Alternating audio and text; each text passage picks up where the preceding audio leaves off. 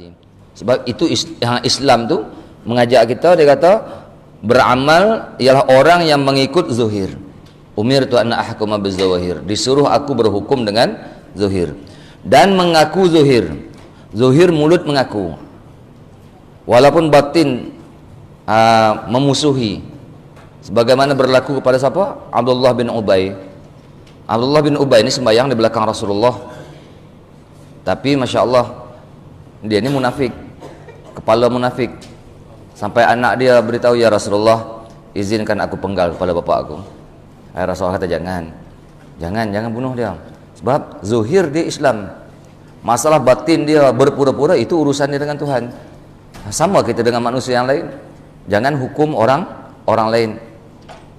Dan mengaku zuhir oleh seseorang akan segala perkara, bagi dia mengaku saja perkara yang dibawa datang akan dia oleh Rasul daripada pekerjaan agama. Jadi kalau orang tanya, sembahyang tu wajib ke? Wajib sembahyang. Hang sembahyang tak? Saya tak sembahyang. Kenapa hang tak sembahyang? Malas. Islam tak? Islam. Malas saya sembahyang. Masalah berdosa itu urusan dia dengan Tuhan. Tapi segi zahir, kalau dia kematian, kena urus jenazah dia. Kalau dia kenduri, dia panggil, kena datang kenduri dia. Jangan pula kita beza-beza kan. Ya. Kenapa jangan beza-bezakan? Sebab mereka ahli syahadah. Orang yang mengucap 2 kalimah syahadah kena tunaikan. Jadi mengaku apa benda yang dibawa datang oleh Rasulullah daripada pekerjaan agama yang diketahui akan dia dengan darurah. Apa dia ketahui dengan darurah? Yakni ketiadaan fikir. Pekerjaan tadi tak perlu fikir panjang, dia akan mengaku benar. Sembahyang tu wajib tak? Ya wajib. Puasa tu wajib tak? Ya wajib, dia kata. Kena puasa. Masalah dia tak puasa, itu urusan dia dengan Tuhan. Kita boleh tegur, kita tegur. Tak boleh, nak buat macam mana? Sebab mereka ahli syahadah. Tapi kalau benda-benda yang halus-halus, payah. Ini perlu mengaji. Yang ni kalau dia tak tahu pun tak ada masalah, dia perlu mengaji. Yang zuhir-zuhir, bahkan semua orang tahu belaka kata perkara itu daripada pekerjaan agama, sehingga kanak-kanak pun tahu, seperti sembahyang puasa. Yang saya sebut tadi lah. Sembahyang puasa tu wajib tak? Ya wajib, kena sembahyang. Kalau tak sembahyang, itu cerita kemudian. Dan rukun Islam itu ada 5 perkara. Sebut rukun mana tunjang atau mana asas. Yang dinamakan rukun Islam itu ada 5 perkara. Yakni terbentuklah segala pekerjaan agama itu di atas 5 rukun. Jadilah Islam itu sebagai 5 rukun yang dinamakan dengan rukun Islam. Ini poin-poin yang penting ya. Yang 5 rukun tadi poin yang penting dalam kehidupan kita. Kita tengok nanti apa dia, sebab apa syahadah, sebab apa sembahyang. Dan makna rukun itu ialah perkara yang jadi sesuatu dengan dia. Apa makna perkara yang jadi sesuatu dengan dia? Tak akan jadi tak akan jadi seorang muslim melainkan dengan 5 perkara. Bahkan dengan pengakuan pun cukup. Dengan pengakuan, iqrar dia mulut, mengucap 2 kalimah syahadah, walaupun dia tak sembahyang, tapi dia mengiyakan sembahyang tu wajib, Islam.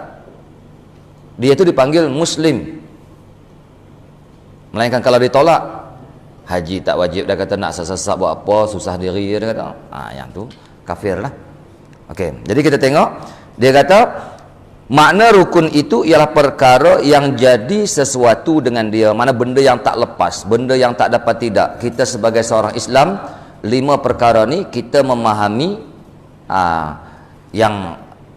yang Allah Ta'ala pilih lebih bagus, mereka ni beramal dengan 5 perkara ni. Dan ia pula juzuk sesuatu atau suku sesuatu, yakni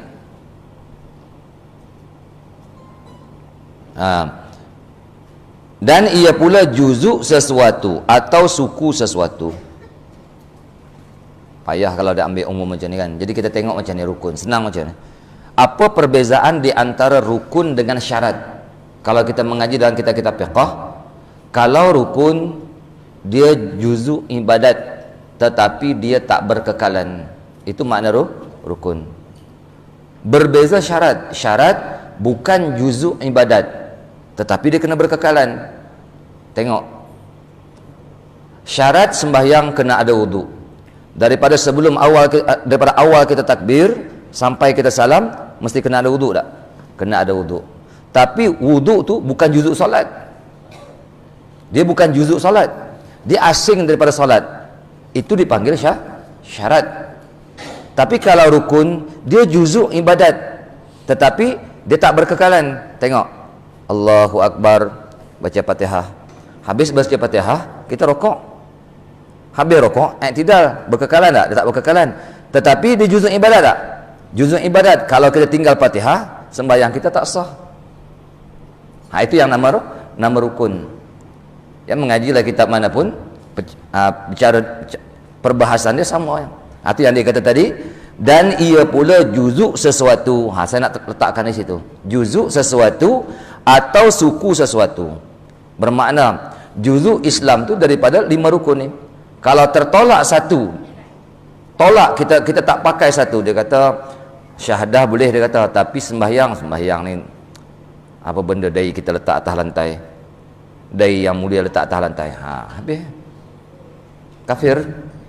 Itu perbezaan di antara rukun dan syarat. Yakni rukun itu asas atau tunjang bagi sesuatu. Jadi kukuhnya sesuatu, teguhnya sesuatu ialah dengan 5 asas ni. Maka rukun Islam atau asas atau tunjang Islam itu 5 perkara. Pertama, mengucap 2 kalimah syahadah, yaitu asyhadu an la ilaha illallah wa asyhadu anna muhammadar rasulullah. Yang ni paling penting sekali, syahadah kita ni. Mengucap 2 kalimah syahadah. Syahadah, asyhadu daripada kalimah syahida yashhadu. Yashhadu, tashhadu, nashhadu, asyhadu. Ini asyhadu. Daripada kalimah syahida yashhadu, bersaksi. Aku bersaksi. Jadi bersaksi macam mana? Kita bersaksi macam mana? Dengan kalimah syahadah. Kalimah syahadah ni dapat daripada mana asal kalimah syahadah? Bila Allah Ta'ala zuhirkan Nur Muhammad sallallahu alaihi wasallam. Nur Muhammad ni memandang diri dia cantik. Cantik Nur Muhammad, dia hebat, dia asal makhluk. Asal kejadian makhluk itu daripada Nur Muhammad sallallahu alaihi wasallam. Kemudian Allah Ta'ala pandang dia dengan pandangan rahmat. Bila Allah Ta'ala memandang dengan pandangan rahmat, Nur Muhammad ni gementar. Dia gementar.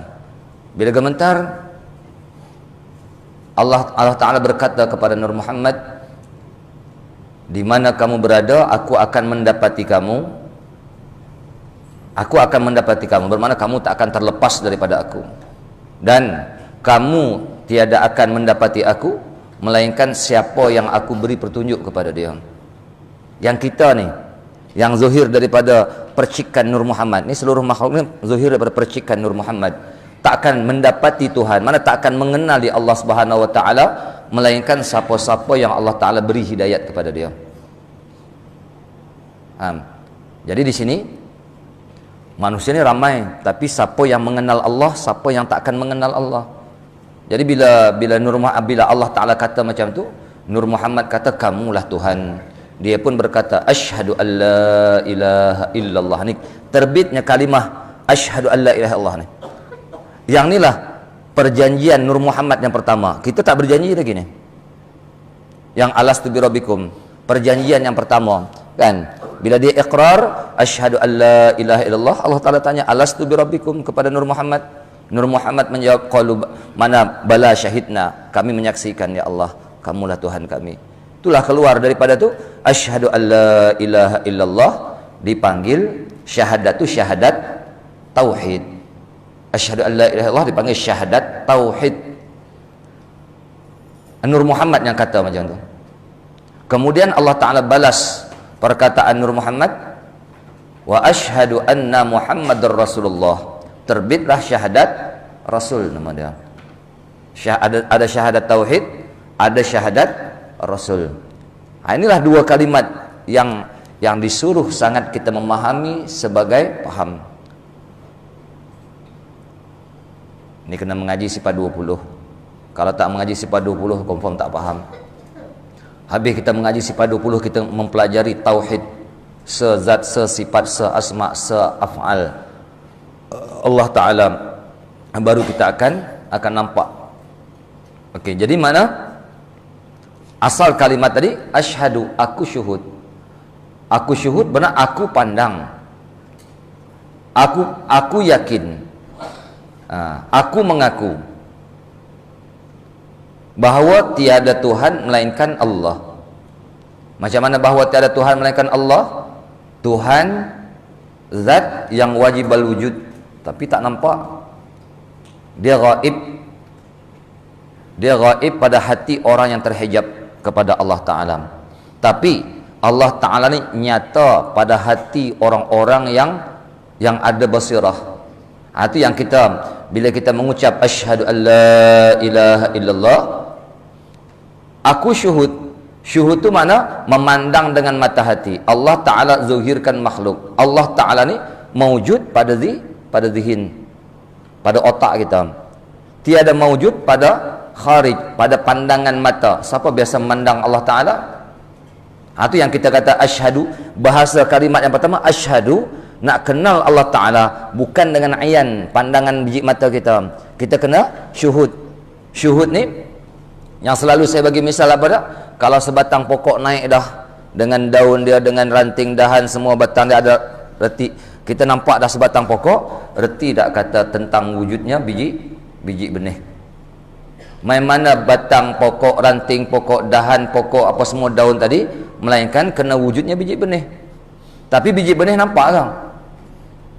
Biji benih tak nampak pun, tapi yakin tak kata ada biji benih? Yakin kata ada biji benih? Main mana pokok kalau tak ada biji benih? Itu orang panggil istilah ni contoh-contoh syuhud lah. Banyak lagi selalu yang saya bagi misal tu, kalau kita jumpa taik gajah, reti tak kata wujudnya gajah?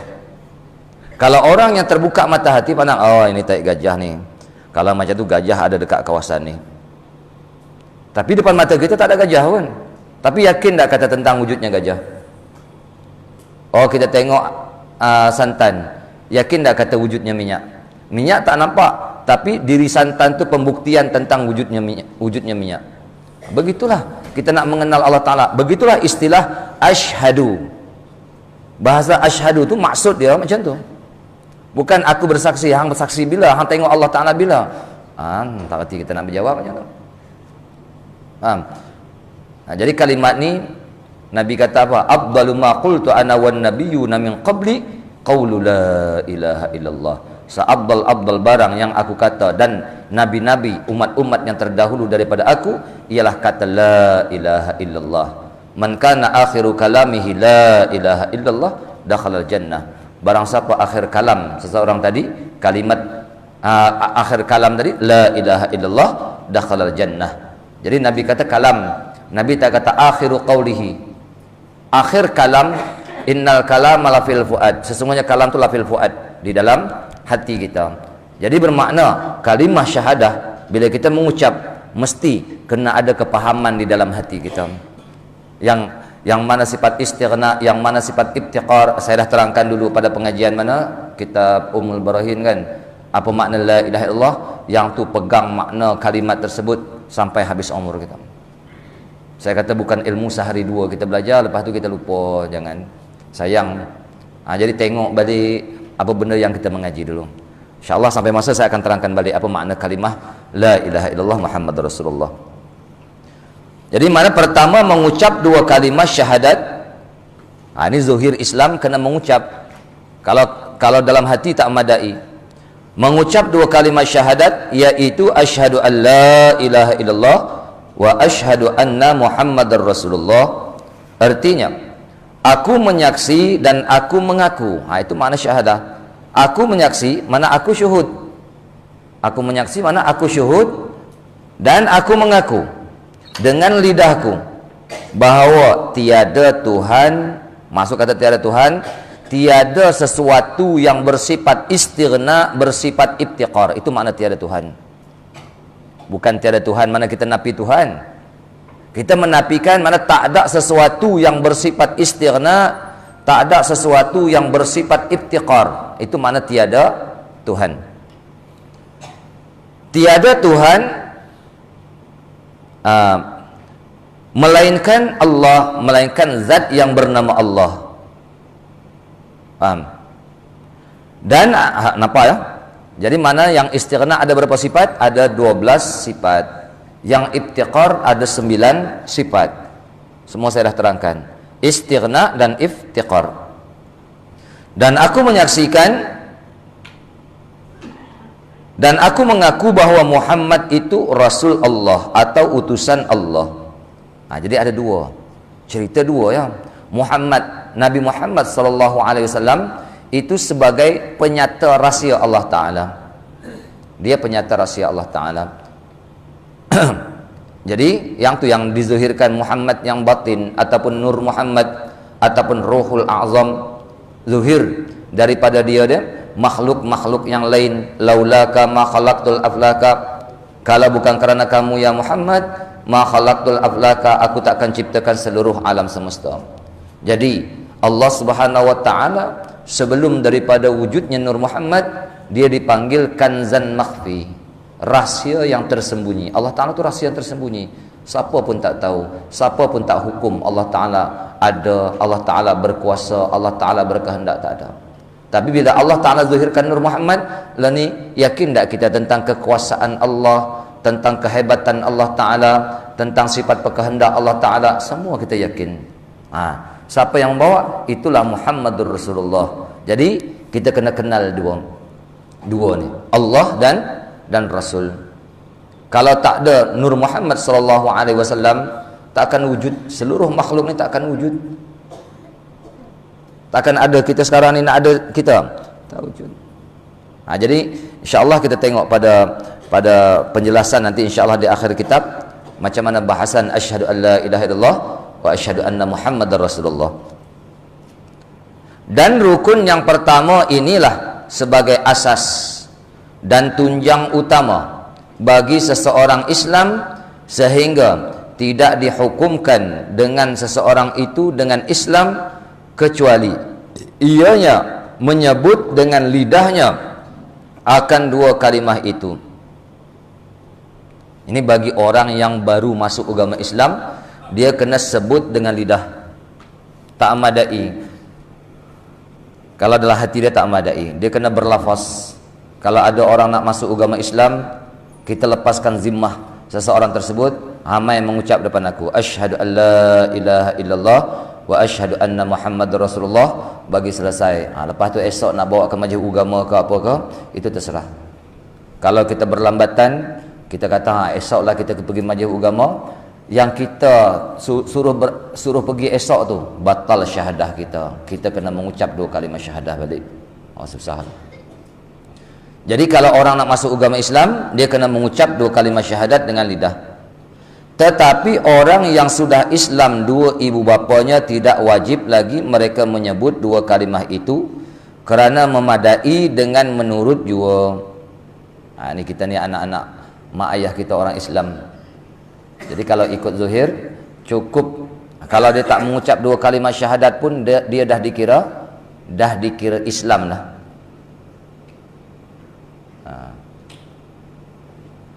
Dah dikira Islam.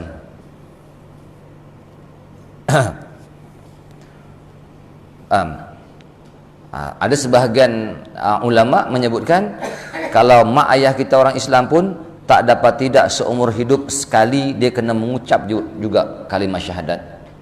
Ini atas khilaf ulama. Kalau dalam kitab ni dia kata tak apa, tak memadai dah. Kalau mak ayah kita Islam, kalau dia tak mengucap sepanjang hayat dia asyhadu alla ilaha illallah, kalau dia mati kena urus jenazah dia cara orang Islam.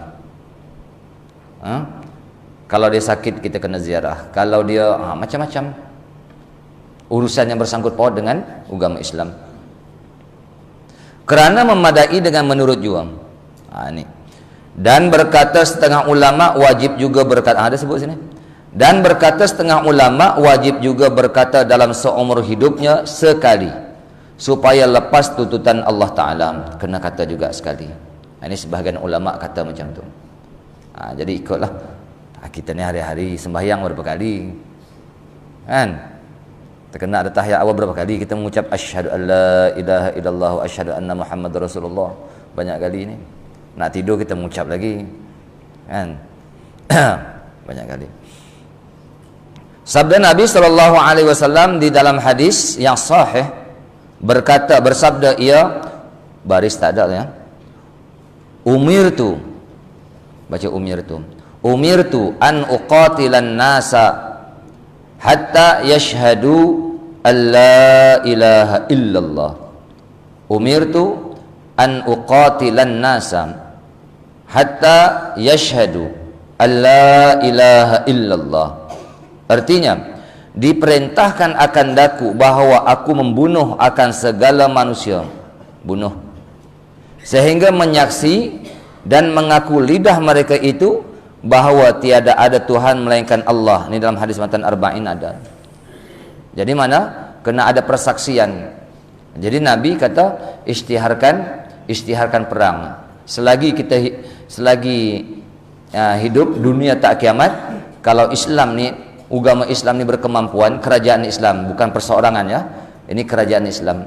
Kalau ada sebuah kerajaan Islam, dia kuat, dia wajib langgar negara kafir. Setahun satu buah. Untuk apa? Bukan istilah nak merampas, istilah jangan dihalang kerja orang Islam. Dia nak berdakwah ke mana masuk bebas. Itu yang umir tu an uqatilan nas, memerangi manusia. Membunuh mana? Memerangi manusia. Perang tadi supaya apa? Suara Islam tadi sampai di mana-mana seluruh dunia. Untuk apa? Jadi jangan dihalang. Kalau dihalang, sebahagian tempat tadi tak sampai kepahaman syahadah, kepahaman agama Islam tak sampai. Nabi kata isytihar perang. Ya ni kalau mana ada dah zaman sekarang ada kerajaan Islam yang kuat. Tak ada lah. Kan? Tapi kalau Islam tu kuat, kewajipan tu.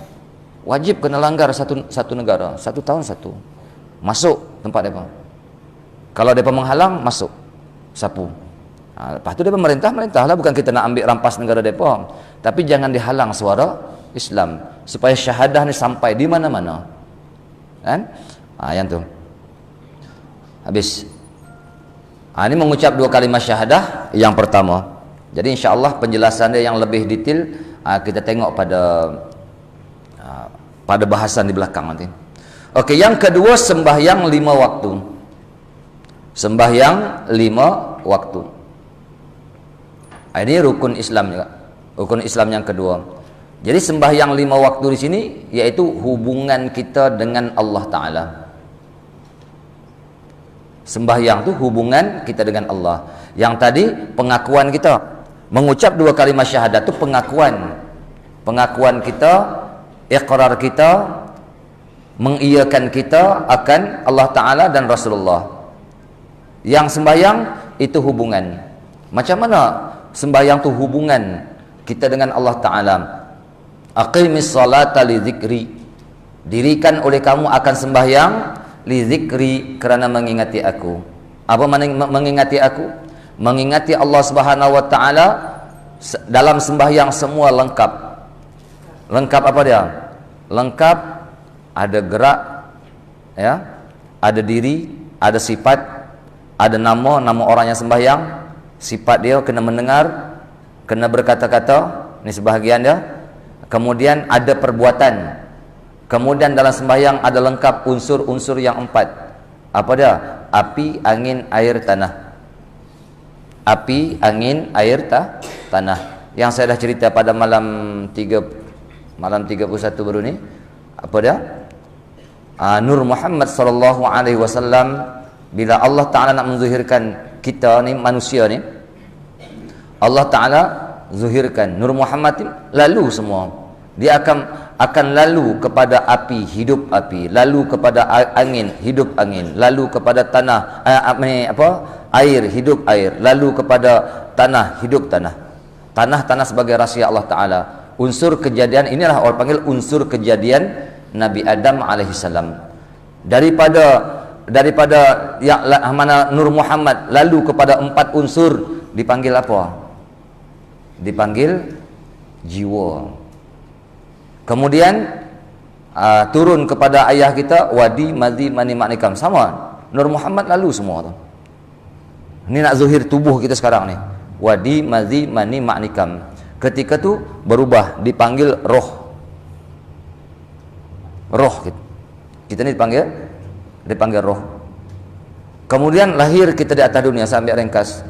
Apa dia? Bila kita lahir di atas dunia, tubuh, hati, nyawa, rahsia. Tubuh, hati, nyawa, rahsia. Yang ni pun sama juga. Daripada Nur Muhammad sallallahu alaihi wasallam, nyata kita sekarang ni dipanggil ketika tu Hawa. Jadi lengkap. Kita dah mengenal di dalam sembahyang macam mana unsur-unsur kejadian kita. Saya dah terangkan dah. Ni, kalau nak cerita detail dalam bab sembahyang ni, kita mengajilah hakikat solat. Jadi ini hubungan kita dengan Allah Subhanahu wa taala supaya kita ni dapat kembali kepada Allah Taala dengan sembahyang. Dalam sembahyang ada cerita hakikat niat. Macam mana hakikat niat? Macam mana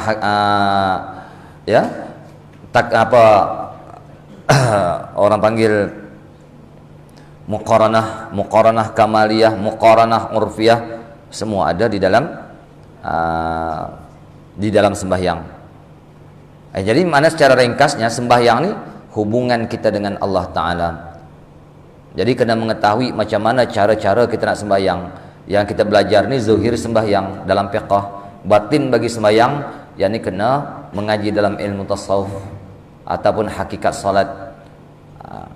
Dan yang seterusnya, ketiga memberi zakat, yakni hubungan kita dengan manusia.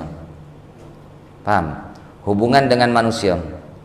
Jadi mana hubungan dengan Allah pun ada, hubungan dengan manusia pun ada. Baik itu bila kita ada lebih daripada harta yang wajib dikeluarkan zakat, bagi. Kan?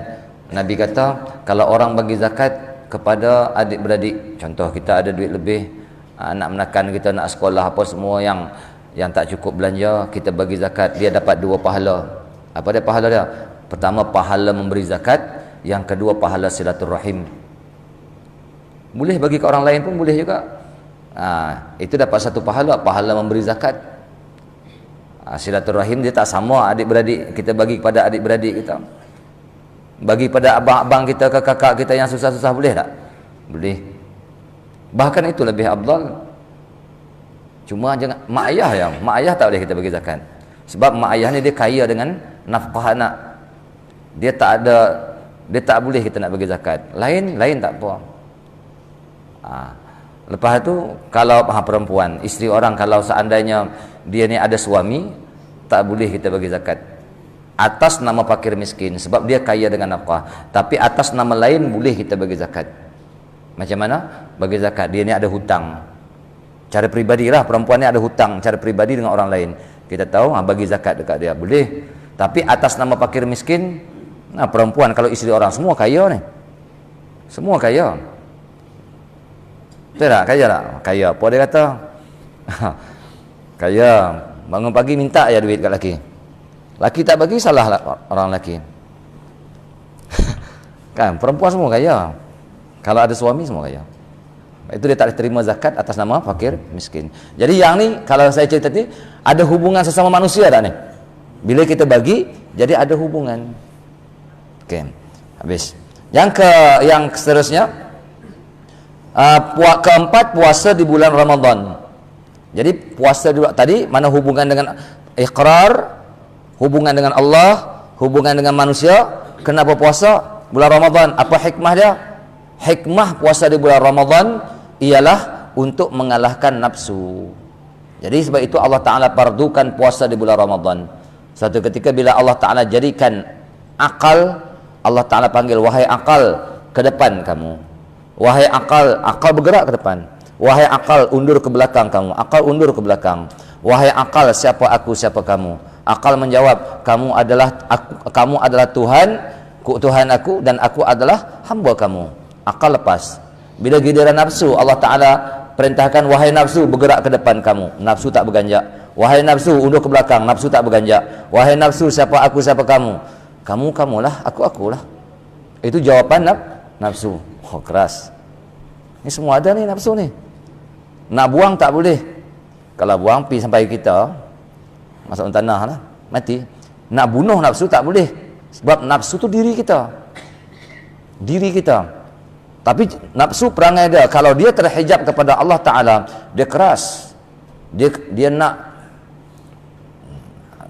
itu yang Nabi kata apa? Sebesar-besar musuh kamu, a'da aduwika nafsuka allati baina jambaika. Sebesar-besar musuh kamu ialah nafsu yang berada di antara dua tulang rusuk kamu ni. Nafsu kita. Jantung kita ada rasa tu, rasa ni apa semua. Kalau tak ilmu, tak ada zikir, tak ada, dia jauh dengan Tuhan, kehidupan dia hawa nafsu. Jadi untuk mengalahkan nafsu, jadi bila dipanggil, bila Allah Ta'ala perintahkan masukkan ke dalam api neraka 100 tahun. Dah 100 tahun dikeluarkan. Allah Ta'ala tanya, nafsu menjawab jawapan yang sama. Akulah, kamulah. Masuk lagi ke dalam neraka 100 tahun. Dikeluarkan, tanya, jawapan yang sama lagi daripada nafsu. Akhir Allah Ta'ala perintahkan, masukkan dia ni, nafsu ni ke dalam neraka kelaparan. Lapar ni nak mendidik dia supaya dia ni kalah, mengaku bahawa.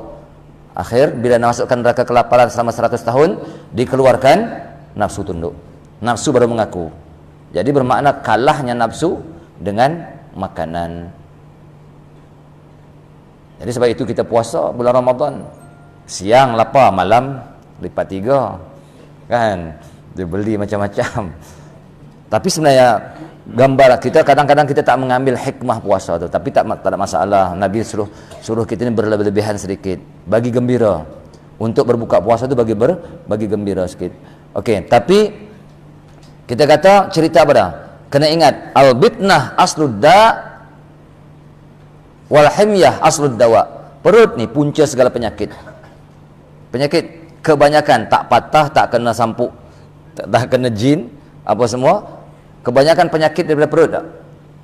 Kebanyakan penyakit Nabi kata daripada perut. Wal himyah aslud dawa, dan berpantang itu punca segala ubat. Asal ubat itu pantang. Kalau sakit tu apa ke? Ni tak boleh apa? Tak boleh makan gula banyak-banyak. Jangan makan banyak sangat gula. Dia naik . Contoh kalau macam ni. Kalau darah tinggi apa pantang dia? Itu asal ubat itu berpantang.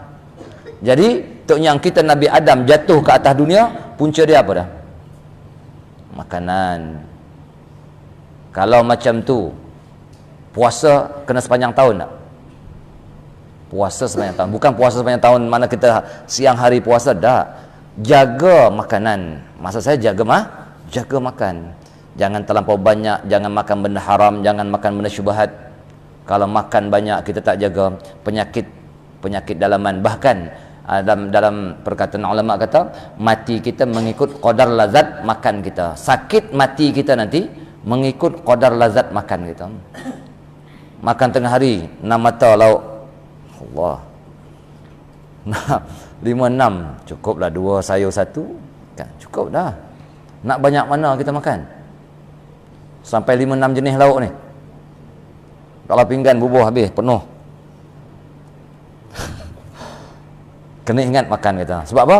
Makan kita ni dia akan jadi darah daging kita. Daripada darah tadi dia akan jadi daripada makanan juga akan jadi air mani. Air mani akan lahir anak kita.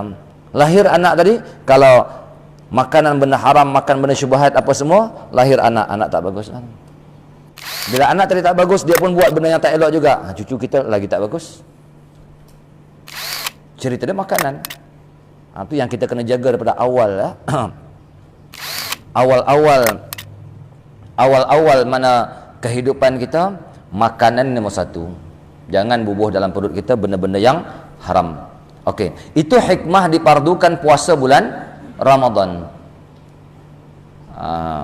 Dan yang seterusnya dan kelimanya, menunaikan haji ke Baitullah. Apa hikmah haji? Ini insya-Allah ada rancangan madrasah ni kita akan buat hakikat haji, tapi lepas bulan Ramadan ya. Insya-Allah di madrasah ni, supaya kita mengetahui apa dia yang dikehendaki haji dengan umrah. Pergi saja tawaf Baitullah kita pun tak tahu. Pergi bergerak sa'i dan Safa dan Marwah kita pun tak tahu apa hikmah, kenapa Allah Taala tentukan. Dia semua ada rahsia-rahsia ya. Pergerakan-pergerakan haji itu semua ada rahsia kan. Kenapa kita pakai ihram, kenapa ya bercukur kepala, kenapa wukuf di Arafah, semua ada rahsia. Baik itu haji, orang-orang zaman dulu pergi haji umur dia agak-agak berumur sikit. Dia bukan zaman sekarang, orang muda-muda duit ada zaman sekarang pergi haji. Dia tak salah kan nak pergi pun kan, harus. Haji itu daripada kalimat apa? Hajim. Hajim. Ha tu hakikat, jim tu jazam. Mana hakikat yang putus. Bermakna dia dah mengetahui dah, syahadah dia dah kepaham betul dah, cara solat dia dah sempurna dah, ya, 420 dia dah kenal dah, kalimah la ilaha Allah dia dah memahami dah. Ayang tu ni pergi Mekah, kalimah la ilaha Allah pun ada yang tak tahu lagi. Betul tak? Ada yang tak tahu lagi. Allahu Akbar. Syariat dia Allah Ta'ala terima, bukan saya kata tak sah, tapi rahsia di sebalik kita pergi haji tadi tak dapat. Jadi jazam, kita kenal Allah Ta'ala, kenal Rasulullah, pandang kepada makhluk, reti kata Allah, itu orang panggil hajim, hakikat jazam. Umrah apa benar umrah? Ain, Arafah. Arafah. Ain, mim. Arab mana? Arab tu ain, ra. Ain mim, ma'rifata, mim ma'rifata. Arab tu ma'rifata, ra rabbi, ha hidayah. Itu ta'rif mana, itu pengertian umrah. Arab tu ma'rifata rabbi hidayah. Apa dia? Mengenal aku, akan sebagai kenal Tuhan aku. Itu hidayat daripada Allah Ta'ala. Itu maksud umrah. Pergi umrah, kenalkan lagi Tuhan. Karena kita tak mengenal sebenar-benar kenal dalam sudut ilmu, dalam sudut rasa. Jadi boleh pahala lah, tapi rahsia di sebalik apa yang dia lakukan tak sampai. Ini makna. Baik itu bila kita sebut saja haji, lagi apa? Umrah, dia last sekali. Mana-mana rukun Islam dia last sekali tak? Jadi bermakna orang-orang dulu tu mana ibarat kalau dah berumur tu, dia kata dah sempurna dah, sembahyang pun dah belajar dah, apa kalimah la ilallah dah belajar dah, mengenal dah, puasa apa semua. Okey, sempurnakan. Pergi ke sana, pandang apa dia rahsia-rahsia di sebalik pergerakan-pergerakan haji, pergerakan umrah tadi. Baru nampak. Balik itu orang-orang yang dapat haji mabrur, umrah yang mabrurah, balik dia berubah. Balik berubah tak? Artis pergi duit balik umrah, terlonjak-lonjak lagi. Kan? Dia tak berubah. Kenapa? Dia tak memahami rahsia di sebalik apa yang dilakukan. Jadi 5 benda ni. Apa? Syahadah, sembahyang, puasa, zakat, haji. Okey. Jadi haji, menunaikan haji ke Baitullah bagi mereka yang kuasa akan jalan. Mana mampu, ada modal, ada sihat tubuh badan. Sabda Nabi SAW, Buniyal Islam, kita nak habis sikit ya.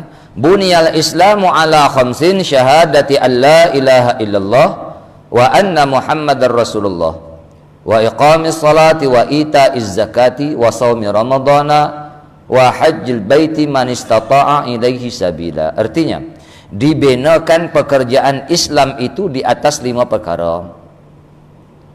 5 perkara di sini. Apa dia? Yang pertama, menyaksikan tiada Tuhan melainkan Allah dan bahawa Muhammad itu Rasulullah. Dah saya terangkan tadi. Dan mendirikan. Bahasa mendiri itu mana? Melaksanakan sembahyang dengan dengan cara yang paling sempurna. Itu maksud kata mendirikan. Zuhir batin kita sembahyang. Jangan zuhir sembahyang, batin kita tak sembahyang. Laisa lil ibadi salatun illa ma uqila biha. Tiada ada bagi hamba itu sembahyang melainkan qadar apa yang ia fikir dalam sembahyang dia. Apa yang kita fikir, apa yang kita faham, kita tak nampak mengaji. Dan mendirikan sembahyang dan mengeluarkan zakat dan berpuasa di bulan Ramadan dan menunaikan haji ke Baitullah bagi mereka yang kuasa kepadanya akan jalan. Maka nyata daripada hadis tadi bahawasanya orang-orang yang tiada mengerjakan 5 perkara tersebut itu, mereka tiada ada asas dan tunjang pada agama Islam. Islam dah tapi tak sempurna buat, bermakna tunjang tu yang goyang. Tunjang tak ada, asas tak ada, goyang dalam kehidupan beragama. Seperti binaan yang tiada ada asas dan tunjang, maka binaan itu menjadi runtuh, rosak.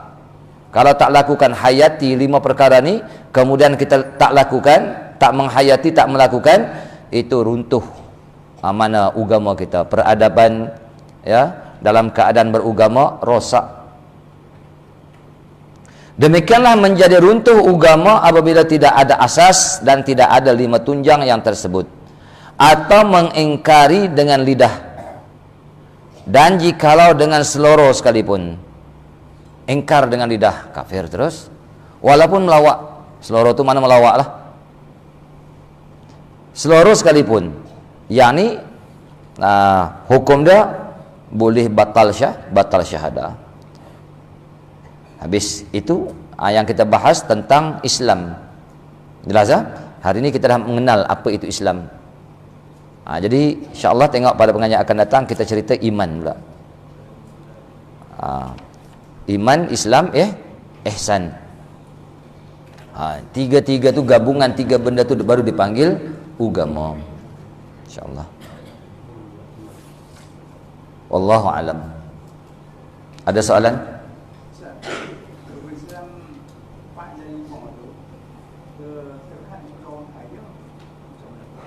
Terhad kepada okey.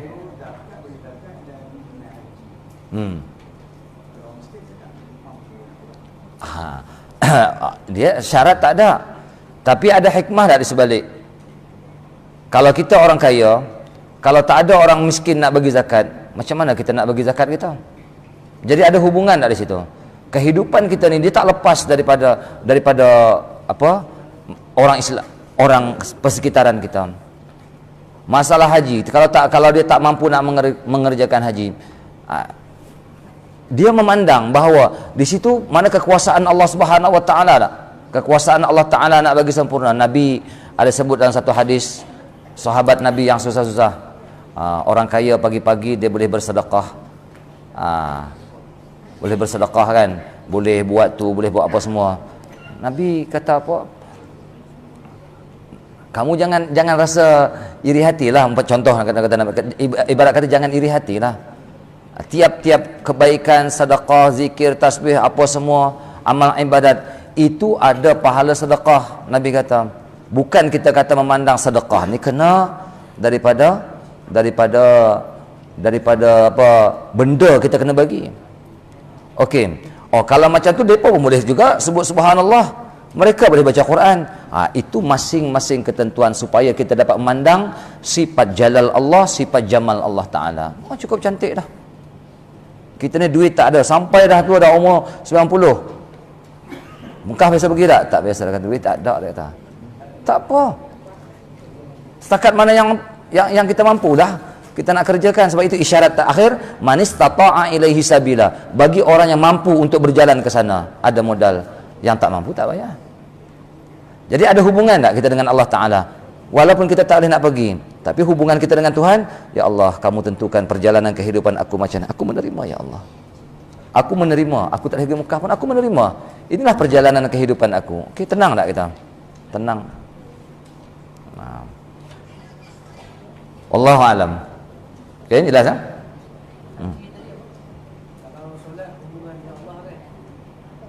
Haji itu mana kesempurnaan. Haji itu kesempurnaan, haji umrah itu kesempurnaan. Sebab haji hakikat jazam, hakikat jim jazam, putus. Mana hakikat yang dah habis lah. Kita dah memahami semua. Kalau umrah, Arab tu ma'rifata rabbi hidayah. Arab tu ma'rifata rabbi hidayah. Mengenal aku akan sebagai kenal Tuhan aku, itu hidayat daripada Allah. Siapa-siapa yang Allah Ta'ala bagi kenal, sebenarnya Allah Ta'ala sayang kita. Allah Ta'ala bagi lorong kita mengaji. Dah mengaji, tak faham, terbuka. Oh, nampak macam ni rupanya kehidupan aku. Itu tanda hidayah. Sayang Allah Ta'ala kepada kita. Mudah-mudahan Allah Ta'ala nyatakan mana memang Allah tak minta Allah Ta'ala kasih kepada kita. Memang Allah Ta'ala maha pengasih, maha penyayangan. Jadi kita terima. InsyaAllah. Okey? Jelas, ha?